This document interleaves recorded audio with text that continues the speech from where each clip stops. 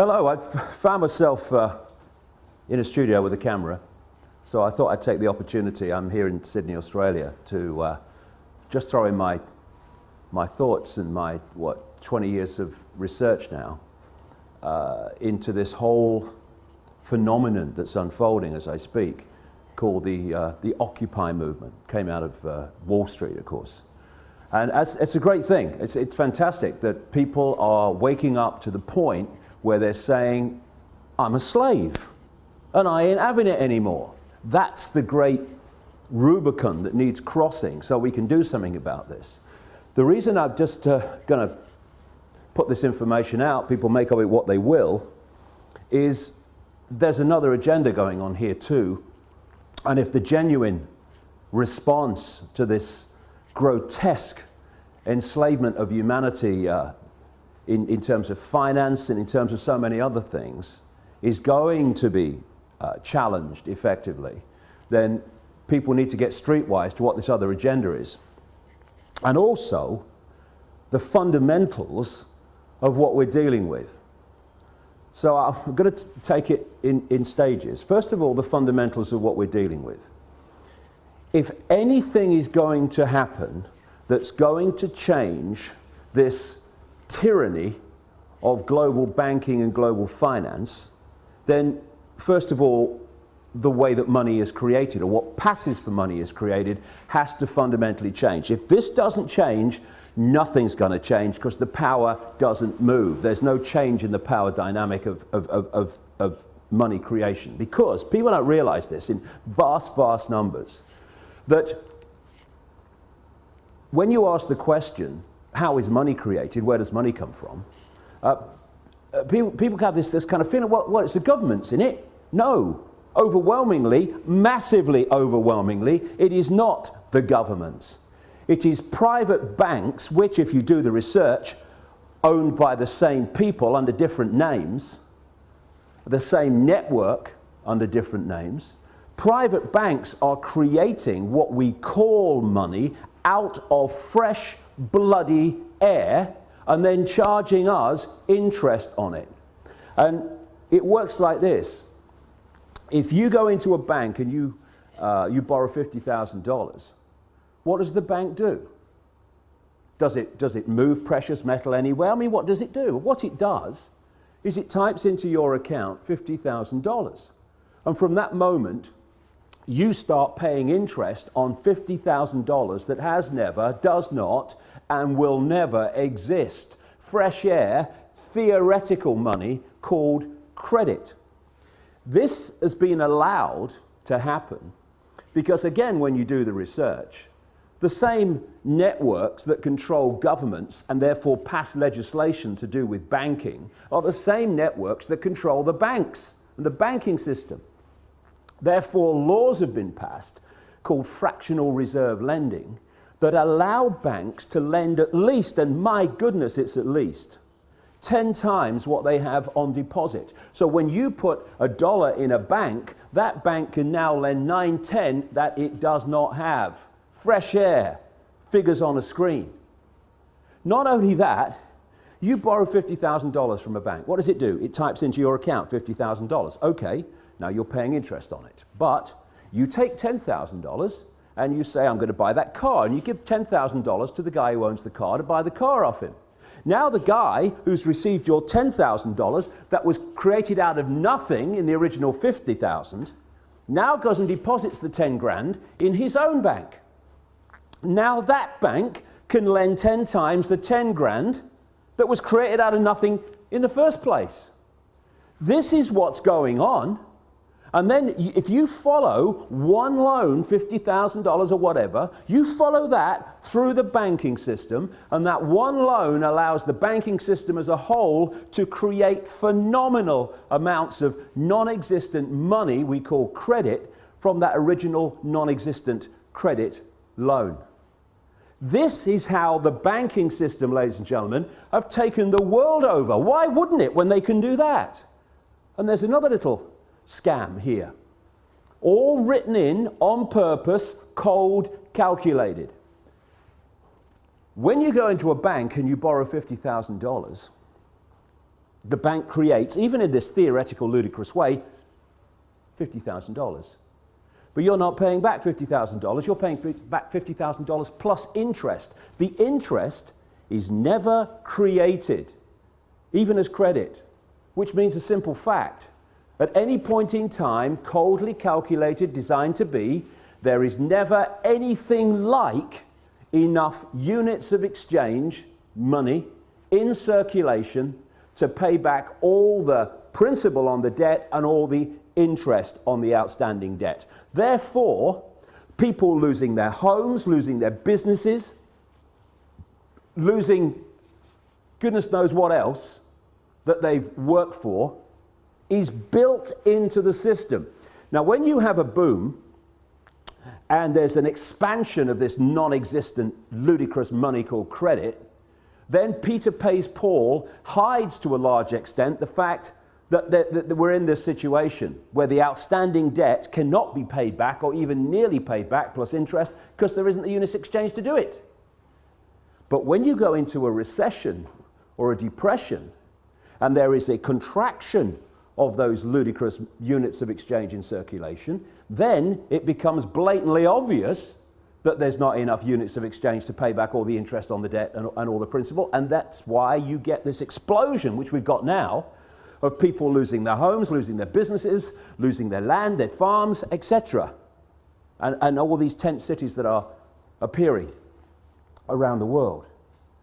And so we have a system where the private banks, in the end controlled by the same network, not least around the house of Rothschild and others, the Rockefellers too, in America, have been given this level of power to create money and dictate completely, beyond governments, global finance.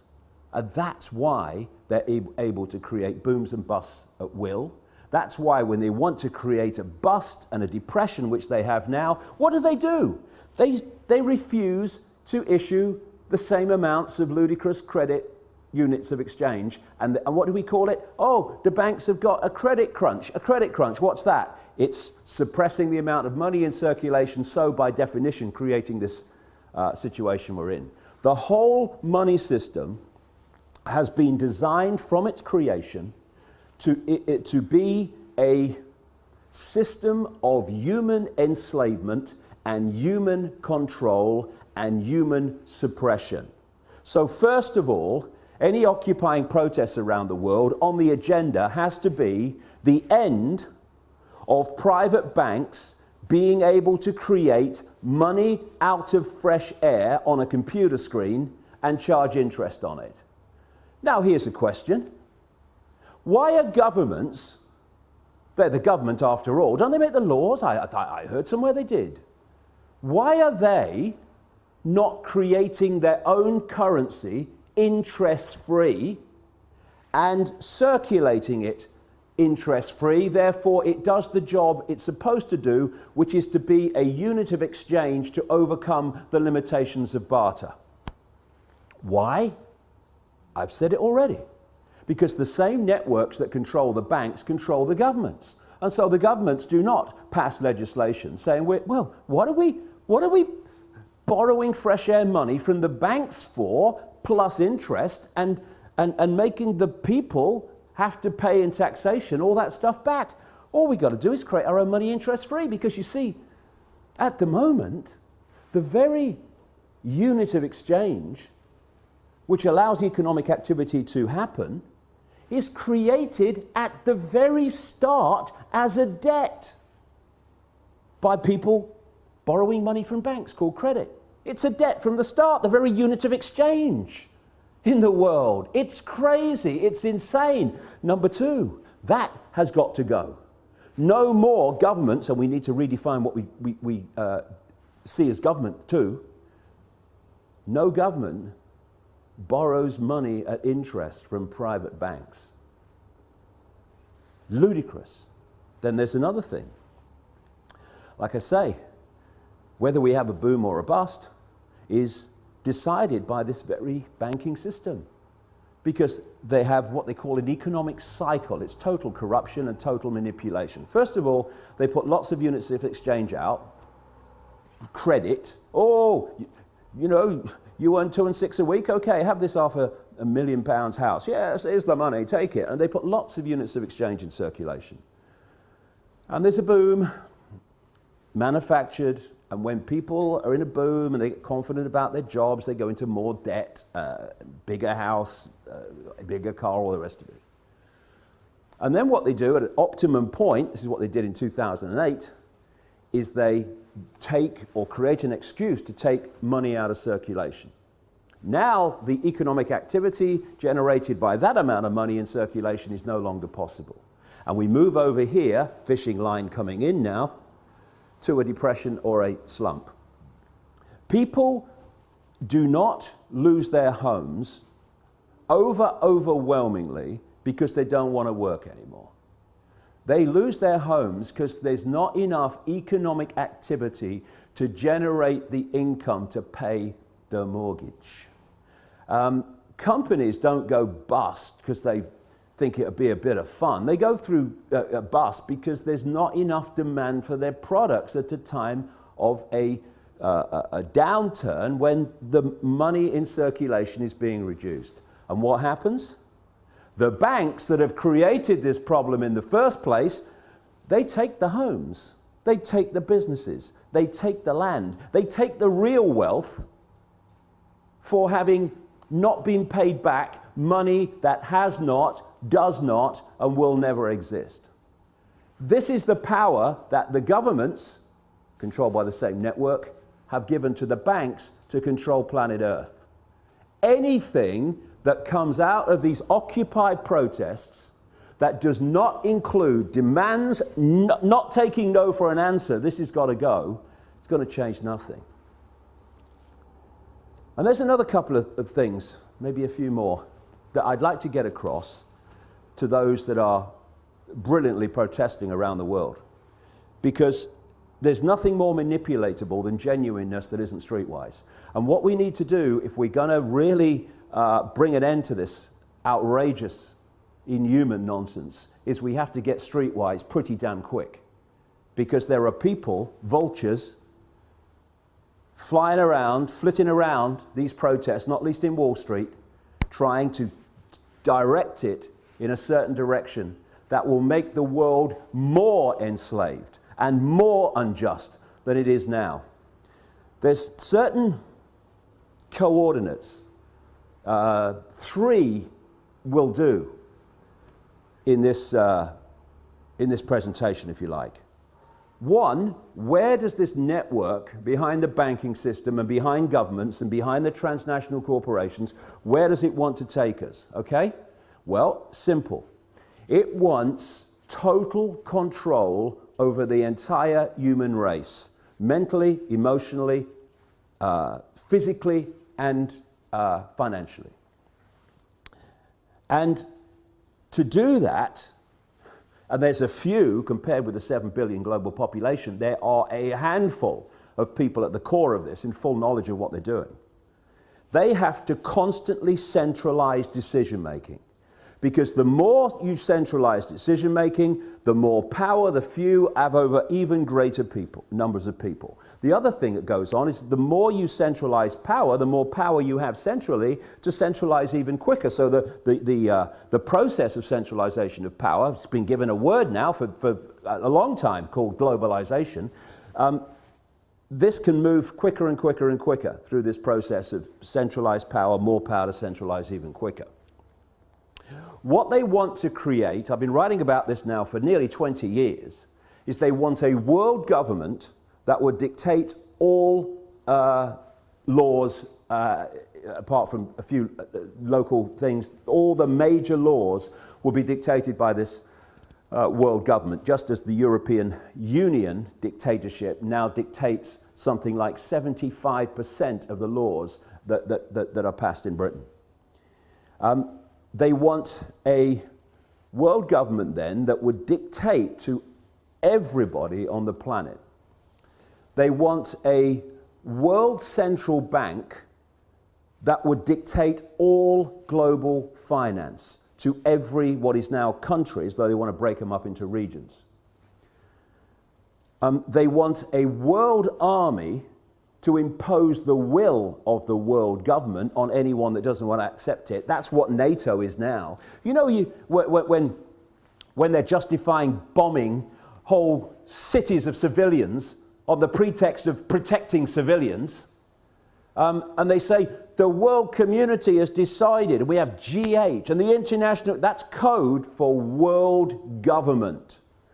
And when they then say, we're going to bring NATO in because the world community has decided, no, actually, America, Britain, France, and one or two others have bloody decided, and Israel.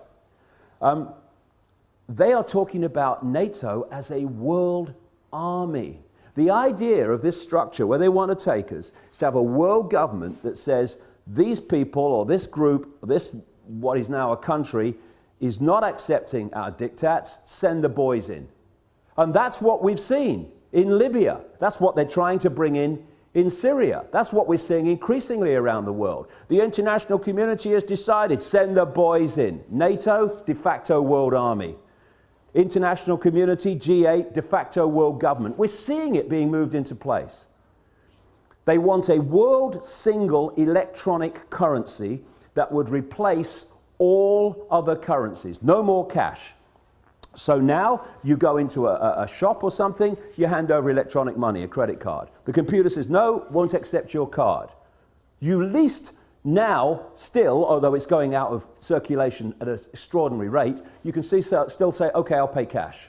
What about when there's no cash and that computer says no to your credit card or your microchip as it's designed to be eventually? That's deciding if you purchase or not. It's all about control. And so they want this world currency, and that's what we're seeing in Europe now. People say, oh, the euro's not working. Look. No, it's not. And you know why? Because it's not supposed to work. It's just a stepping stone. You had all those currencies in Europe, in Italy, in France, and all these different currencies. They wanted on the process of getting to this world currency to get rid of them. So they replaced them all, nearly all of them anyway, with the euro. Now all those currencies in one fell swoop gone. Now we're down to one in Europe, in most countries, the euro. So now what do? They want to make the euro not work as the next stage of getting more and more into this, towards this one world currency. So another thing to mark the card for anyone involved in these Occupy protests, if any suggestion comes along that we should go to some form of world government, or to, and they're even talking about it now, to a world central bank and all this stuff, no, no, no. Listen, it's centralization of power in this world that has got us into this mess. If you have diversity of decision making, there's so many points of decision making, no cabal at the center can dictate that or manipulate that on anything like the scale that it can when you have centralization of power. So we've got the European Union, we've got which is a fascist dictatorship or communist dictatorship, whichever we want to call it. We've got this single currency and all the rest of it, all this economic disaster in Europe, all manipulated on purpose, as it is in America and elsewhere. And I'm seeing people say, well, the answer to all the problems caused by this constant centralization of power, we need more centralization of power. Let's go to a world level now. And yet, as I've shown in my books for 20 years, this is exactly what the plan has been all along. And if we're not very, very careful, many of the Occupy protesters are going to be manipulated, unless they get streetwise about the game and how it's played. They are going to get manipulated into accepting, even demanding, a solution to a problem that is going to make the problem even worse and the enslavement of humanity even more extreme.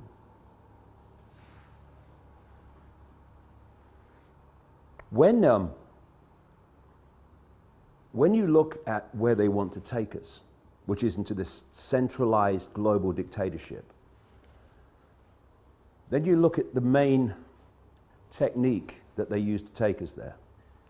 I gave it a name a long time ago now. Problem, reaction, solution. Dead simple, devastating. At stage one, you create a problem.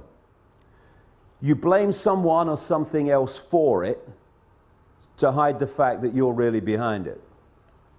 You then, through an unquestioning and pathetic media, tell the people the version of the problem you want them to believe. What you want at stage two is the reaction to the problem from the people. Fear, outrage, something must be done. It could be a war, it could be a terrorist attack, like the Mossad American intelligence operation known as 9/11. It could be an economic collapse, whatever. Whatever problem you need to be allowed you to go to stage three of problem, reaction, solution, which is to offer the solutions to the problems you have covertly created and blame someone or something else for it. And those solutions are constantly advancing your agenda to this centralized global dictatorship that I'm talking about. So when you crash the global economy, and when you're moving trillions and trillions of dollars around the world economy every day, that's this network is, you decide if it goes up or down. Nobody else does, you do. And therefore, you can create an economic collapse at will. That's what they did in 2008, and they've gone on with it since. And the idea is that problem is then offered a solution. And people like the Rothschild-controlled bagman and billionaire George Soros, one of the major funders, by the way, into existence of MoveOn.org, which is trying to move in, this Democratic Party-owned, cabal-owned operation, moving in on the Wall Street protests and stuff like that. You can then offer the solutions that Soros and others are offering, which are what? To solve this economic global crash, we need a world central bank. Stands back in amazement. I'm shocked. Knock me down with a feather and I shall swoon.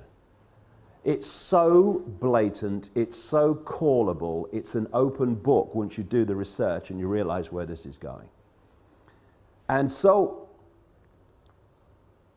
it's so vital as we've reached this point, this cusp where so many people have gone through or are going through this process now, where they're saying, I'm a slave and I'm not having it.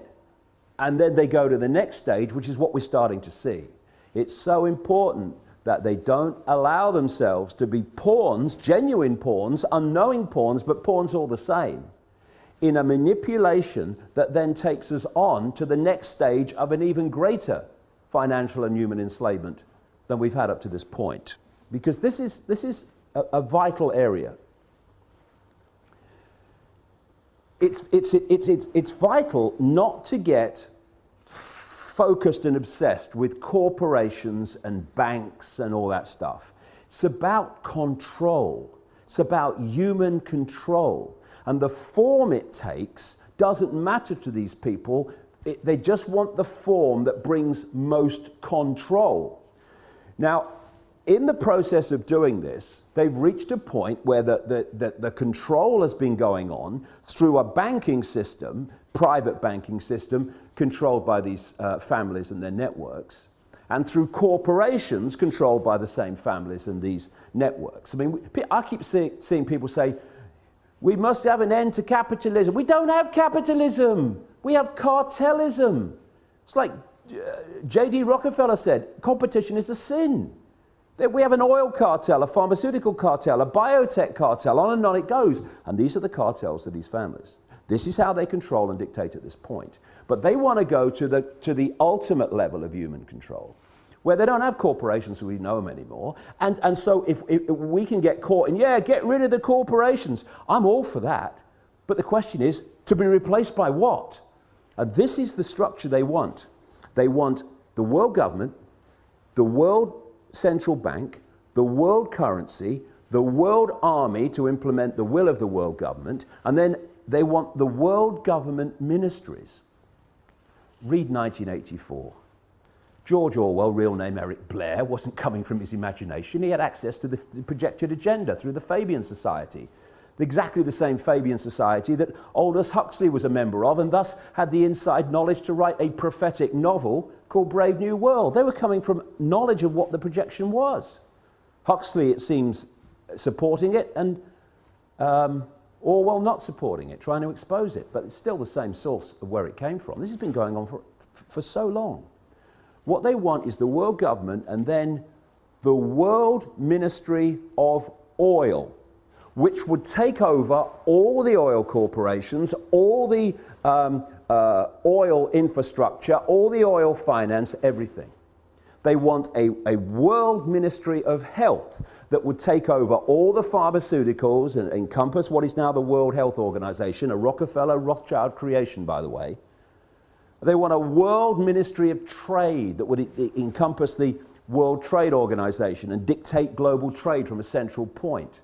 A world ministry of this, a world ministry of biotech, and all the rest of it.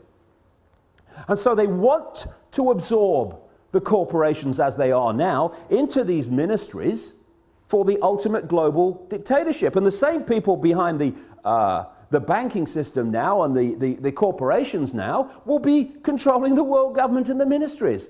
But the same thing, but it will go on to a much higher level and a much more coordinated level of human control. So,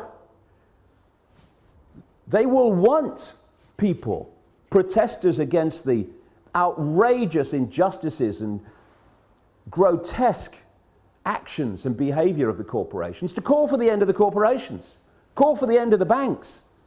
Yes, fine. But we have to dictate what replaces them. Diversity from the center. Control that people have of their own lives in their own communities, not what they want. And what I have to say, speaking now, I'm seeing happening around the world in these protests, having the cabal you were protesting against dictating what this stuff is replaced by. If we go there, more and more centralization of power, we'll live in a global fascist state within 10 years. Our children and grandchildren will live a lifetime bloody nightmare. Or we can go this way and saying we want power from the center to people in their communities. So no central cabal can dictate the lives of everyone in a country or a state, never mind everybody on the bloody planet. And one final thing. You know, these organizations that move in, like moveon.org, I mean, I wish the bloody would, sooner the bloody better, that are Soros funded and Democrat Party controlled, and all these people. And then I mean, if people, you know, a lot of the people in the protests, if they hear this bit, they'll be going, boo, what are you doing? Because I've seen them do it to people. Global warming caused by humans is a bloody giant hoax. It's been created to justify dramatic changes in society and control in society to advance this very agenda I'm talking about. Because if you're playing problem, reaction, solution, and you want, therefore, to present global change, you've got to generate global problems to which you can offer global solutions. Climate change. Everyone's affected. We need global laws. What's international law, by the way? Oh, international law. International law is law that everyone on the planet is supposed to obey. This is the world government international law coming into place. Anyone does a modicum of basic scientific research, they will see that human-caused climate change, notice it's climate change since temperatures started falling. When they go up again in the sun cycle, it will be global warming again. But do a modicum of research and you find that the whole idea was a scam. Anything that Al Gore's involved is a scam by definition. He knows nothing else. And yet, we're having these organizations like, was it 350.org, and these others, oh yes, we must have climate change legislation. Yes, come on, build me prison a bit more. Give me some carbon tax. Let's have it, high five. Because that's the way we've got to solve the problem. The way we solve the problem, we take our freaking minds back and stop having them dictated by other people. You must believe this, you must believe that. And again, this might upset a few people, but I don't care.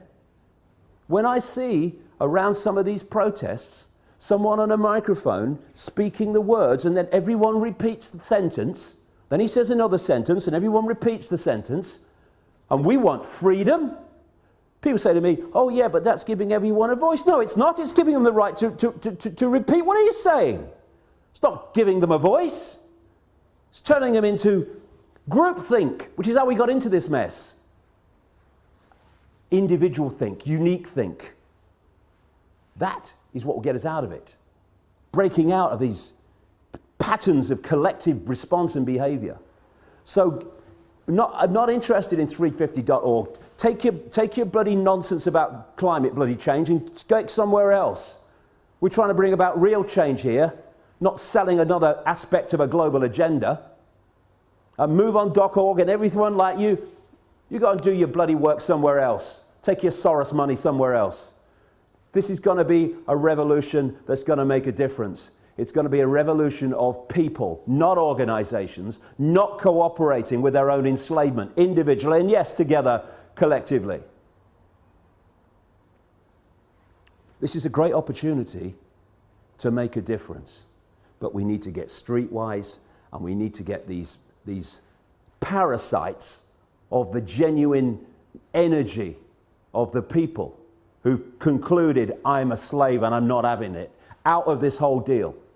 Because if we don't, they'll take it over and they'll do what every other one has done when it seems like some change is taking place. Look at Obama. Change, I stand for change. No, you don't.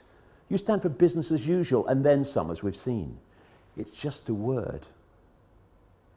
Real change happens in changing real lives, not in spouting the fricking syllables change or change. One syllable, two syllable, one syllable. It doesn't bloody matter, does it? Because when Obama says it, it could be 50 bloody syllables. Nothing's going to change for the better because he ain't there to do that. So we have to do it. Come on, let's go.